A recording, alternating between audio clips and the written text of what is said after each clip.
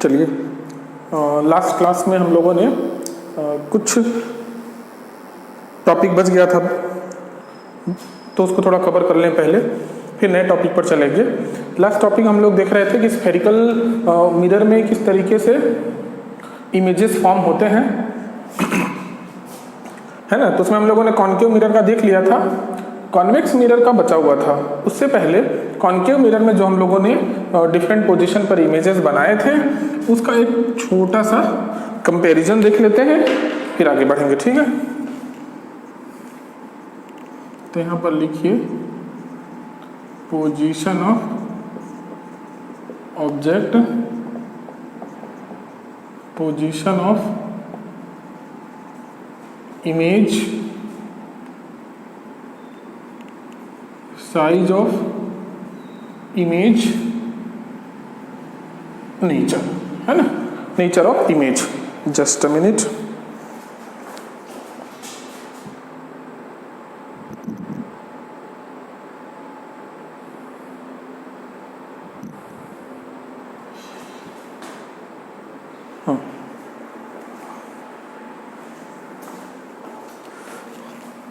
बच्चों, हम लोगों ने 6 डिफरेंट पोजीशन में ऑब्जेक्ट रख करके इमेजेस बनाया था, उसी का एक कंपेयर देख लेते हैं। 6 पोजीशन आप बना लीजिए, 3, 4, 5 एंड 6। सबसे जो फर्स्ट पोजीशन था ऑब्जेक्ट का वो कहाँ था बेटा? एट इन्फिनिटी, ठीक। नंबर सेकंड पे कहाँ था? और थोड़ा पास में जब लेकर के हम लोग उसको आए थे तो बियॉन्ड सेंटर ऑफ कर्वेचर। और जब उसको ऑब्जेक्ट को पास में लेकर के आए थे तो हमने ऑब्जेक्ट को प्लेस किया था एट सी, एट सी। उसके बाद between C and F, fifth था एट एफ, सिक्स्थ था हमारा बिटवीन फोकस एंड पोल। चलो, इसको कंपेयर करना है इस टेबल में। तो कंपेयर इसलिए हम करते हैं ताकि हमको याद रखने में आसानी हो जाए, ठीक है। जब भी एग्जाम में क्वेश्चन आए तो हम कंपेयर करके दिमाग में उसको सोच करके और आंसर दे दें, ठीक। चलिए, तो इसको कंपेयर करने के लिए ध्यान रखना, ये जो 6th वाला है इसको भी हाइड कर लो। 6th वाले पर ध्यान मत दो।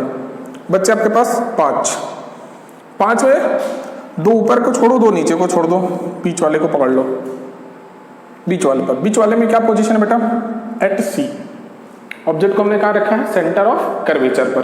तो ये बात ध्यान में आप कॉपी पलट के पीछे देख सकते हो कि जब भी हमने ऑब्जेक्ट को सी पर रखा था तो इमेज भी बना था एट सी। साइज क्या था ऑब्जेक्ट का? Same size. नेचर क्या था? रियल एंड इन्वर्टेड, ठीक। बोले सर इससे क्या होगा? समझो क्या होगा। 6 को तो आपने अभी भूल ही गए, इसको आपने हाइड कर रखा है, ठीक। चलो, हाइड कर रखा है, ये हमने हाइड कर दिया। अब क्या करना है? इन बाकी 4 का देखो कैसे दिमाग लगाना है। 3rd वाले पर तो हो गया, अगर हमने ऑब्जेक्ट को सेंटर ऑफ कर्वेचर पर रखा है तो इमेज भी सेंटर ऑफ कर्वेचर पर बनेगा, सेम साइज होगा, नेचर उसका रियल एंड इन्वर्टेड होगा। अब बेटा ध्यान देना, फर्स्ट लास्ट 6 होता है पर अभी हम उसको ध्यान नहीं देंगे, हमारा अभी लास्ट 5 है। फर्स्ट और लास्ट एक दूसरे के रेसिप्रोकल होते हैं। जब भी ऑब्जेक्ट को आप इन्फिनिटी पर रखोगे तो इमेज फोकस पर बनता है, जब आप ऑब्जेक्ट को फोकस पर रखोगे तो इमेज इन्फिनिटी पर बनता है। तो इसको यहाँ लिख दो, एट फोकस एट इन्फिनिटी, ठीक। सिर्फ ये आपको 6 पोजीशन याद रहेंगे तो आप पूरा बना लोगे। और बेटा ये दोनों एक दूसरे के रेसिप्रोकल होते हैं।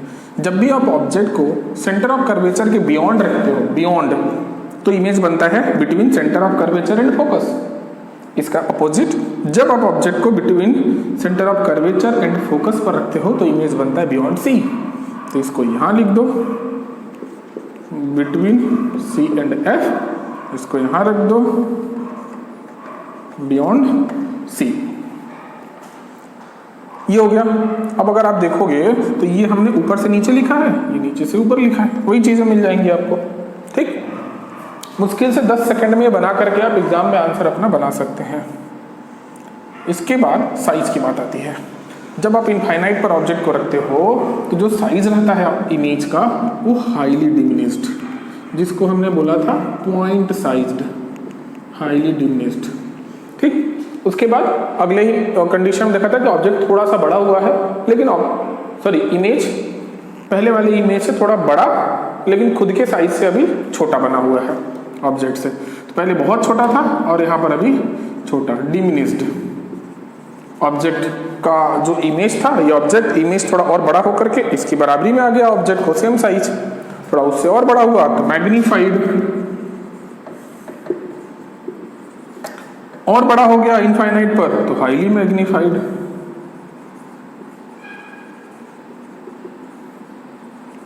नेचर यहाँ पर बच्चों सभी का रहेगा real and inverted, real and inverted, real and inverted. ठीक है, ये हो गया हमारे 5 पोजीशन। 6th वाले में क्या था, ऑब्जेक्ट कहाँ रखा था हमने, बिटवीन फोकस एंड पोल। इसका अपोजिट ही था सब कुछ। कहाँ बना था, behind the mirror, behind the mirror, magnified. और इसे बना था वर्चुअल एंड इरेक्ट। ठीक, तो इस तरीके से आपको कंपैरेटिवली आप याद रख सकते हैं। इसको नोट कर लीजिए और दिमाग में एक दो बार प्रैक्टिस करके बना लेंगे तो हो जाएगा आपका एग्जाम के लिए। ठीक, चलिए इसको रब कर दे रहा हूं।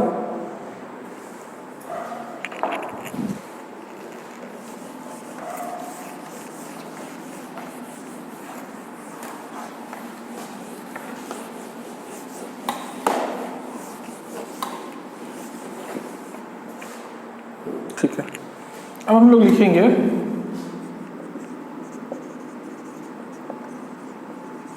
Formation of image by convex mirror. Convex mirror के हेल्प से या कॉन्वेक्स मिरर में कैसे इमेज बनता है, तो बेटा ध्यान रखना इसके सिर्फ 2 ही पोजीशन होते हैं। या तो ऑब्जेक्ट को हम इनफाइनाइट पर रखते हैं तब उसका इमेज का एनालिसिस करें, या इनफाइनाइट के जब बाद हम उसको कहीं भी लेकर के आए और पोल के बाद, पोल और इन्फिनिटी के बीच में कहीं भी इसको हम रखें तो उसका नेचर एक जैसा ही होता है। इसमें फोकस या सेंटर ऑफ कर्वेचर नहीं आता है, वजह क्योंकि सेंटर ऑफ कर्वेचर और फोकस जो रिफ्लेक्टिंग सरफेस होती है उसके अपोजिट होता है, जबकि कॉनकेव मिरर में सेम साइड, जिधर फोकस था, जिधर कॉनकेव मिरर में सेंटर ऑफ कर्वेचर था, उधर ही रिफ्लेक्टिंग सरफेस थी। यहाँ अपोजिट है, फोकस और सेंटर राइट साइड में है तो लेफ्ट साइड से रेज आते हैं, जिसका एक पोजीशन है एट इन्फिनिटी और दूसरा पोजीशन है between infinite and pole.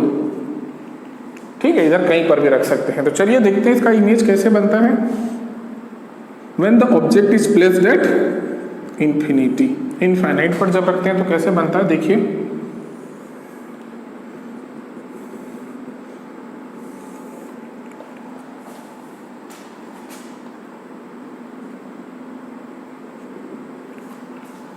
Infinite पर कहीं ऑब्जेक्ट हमने प्लेस किया बेटा, तो जब भी इनफाइनाइट से रेज आती हैं तो हमने देखा था कि वो कैसी होती हैं, पैरेलल टू प्रिंसिपल एक्सिस। तो यहाँ से ले लीजिए 2 रेज हमने ले लिया, जिस पैरेलल टू प्रिंसिपल एक्सिस। अब देखो जब भी parallel to principal axis rays आती है तो वो हमेशा, हमने अभी तक पढ़ा था, या तो फोकस से होकर के पास होती है या appears to come from focus. ये दोनों ही मिरर के लिए कंडीशन है अलग अलग। जब कॉन्केव मिरर का केस होता है तो फोकस से एक्चुअल में पास होती है, लेकिन जब कॉन्वेक्स मिरर का केस आता है तो फोकस पर जा नहीं सकती क्योंकि रेज और फोकस दोनों अपोजिट साइड में होते हैं। तो हम ये मान के चलते हैं कि रिफ्लेक्ट होकर के ये फोकस से आ रही है, ऐसा आपको बनाना है।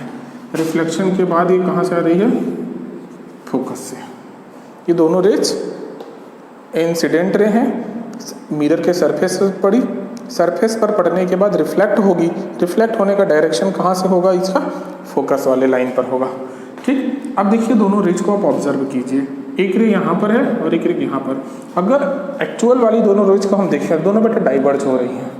ठीक, डाइवर्ज अगर हो रही हैं तो कहीं पर भी ये रे आपस में मीट नहीं करेंगी। तो जब मीट नहीं करेंगी तो इमेज कैसे बनेगा, एक्चुअल इंटरसेक्शन नहीं हो रहा है, इसका मतलब रियल इमेज नहीं बनेगा। तो हम क्या करेंगे, दोनों रेज को पीछे बढ़ाएंगे और यहाँ पर आपको दिख रहा है पीछे बढ़ने पर फोकस पर मिल रही है। तो इमेज कहाँ बना इसका, पोजीशन एट फोकस। साइज कैसा है, पॉइंट साइज्ड है, हाईली डिमिनिश्ड,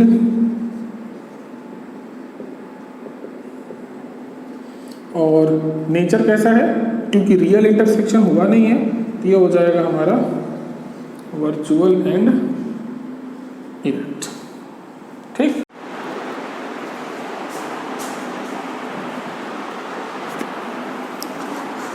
बच्चों अपना सेकंड जो केस था इसमें कि जब भी हम ऑब्जेक्ट को या सॉरी बॉडी को, हाँ ऑब्जेक्ट भी बोल सकते हैं, बॉडी को इनफाइनाइट और पोल के बीच में कहीं भी अगर हम प्लेस करते हैं तो क्या सीन होता है उसको ज़रा देखते हैं। हमने ले लिया कॉन्वेक्स मिरर,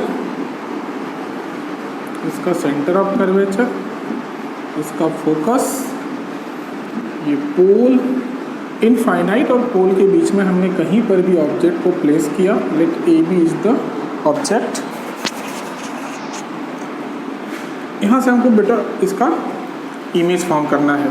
तो एक इमेज हमने ले लिया पैरेलल, तो जो भी पैरेलल रेज जाती है to the principal axis, after reflection वो फोकस से पाथ से रिटर्न हो जाती है। दूसरी रे आप लीजिए, सेकेंड रे, जो कि पोल पर आप इसको इंसिडेंट कराइए। तो पोल पर कोई भी रे अगर इंसिडेंट होती है तो सेम एंगल फॉर्म करते हुए रिटर्न हो जाती है। ये हो गया आर। अब देखिए दोनों ही रिफ्लेक्टेड रे की अगर हम बात करें तो एक इधर जा बढ़ रही है और एक ऊपर की तरफ जा रही है। इसका मतलब दोनों ही रेज हमारे क्या होंगे, और डाइवर्ज हो रहे हैं। तो इनका इमेज बनाने के लिए हमें इसको पीछे बढ़ाना पड़ेगा इस पॉइंट पर। This is B dash and this is A dash. तो ये हमारा A dash B dash image बना ए बी का। कैसा इमेज है, इसका पोजीशन क्या है भाई, तो पोजीशन हम बोलेंगे behind the mirror, behind the mirror. लेकिन कहाँ, pole, between pole and focus, between pole and focus. Size क्या है, बॉडी से हमेशा छोटा बनेगा, that is diminished. Nature, nature बनेगा वर्चुअल एंड इरेक्ट। वर्चुअल क्यों, क्योंकि बॉडी को हमने क्या किया है, पीछे बढ़ाने पर इसका इमेज बना है। रे को पीछे हमने एक्सटेंड किया तो इमेज बना है। ठीक है, तो इस तरीके से हमने रे डायग्राम बना करके कॉन्केव और कॉन्वेक्स दोनों के कंसेप्ट समझ लिए हैं। इनके यूजेस हमको देखने हैं। सबसे पहले हम लोग कॉन्वेक्स मिरर का यूज देख लेते हैं। कॉन्वेक्स मिरर, क्योंकि देखो ये क्या होता है, डाइवर्जिंग नेचर का होता है, ये रे को डाइवर्ज करता है, इसलिए इसका यूज हम स्ट्रीट लाइट में करते हैं।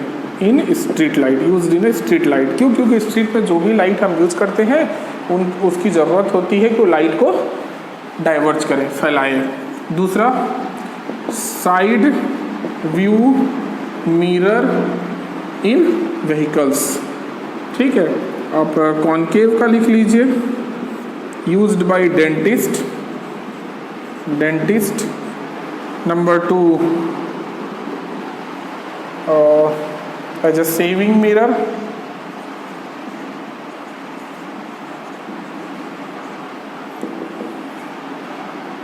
As a makeup mirror. ठीक है, तो इस तरीके से इसका हम यूजेस भी लिख लेंगे। हमने यहाँ पर देख लिया बच्चों कि कॉन्केव मिरर से कैसे इमेजेस बनते हैं, कॉन्वेक्स मिरर से कैसे इमेजेस बनते हैं, क्या क्या उनके जो इमेज बनेंगे उनकी नेचर क्या होगा, उनका साइज क्या होगा, किस पोजीशन पर इमेज बनेगा, ये सारे डिटेल हमने बहुत अच्छे से देख लिया हुआ है। इवन कॉन्केव में हमने एक टेबल फॉर्म करके भी पूरा डिटेल आपको बता दिया है। इसको अच्छे से नोट कर लीजिए और पढ़ लीजिए। अगला जो वीडियो है बहुत इम्पॉर्टेंट है, उसमें हम लोग साइन कन्वेंशन मिरर का मिरर फार्मूला के बारे में देखेंगे और बहुत सारे इंपॉर्टेंट न्यूमेरिकल के बारे में बात करेंगे। ठीक है, तो उसको अच्छे से आप नोट कर लेंगे। Thank you.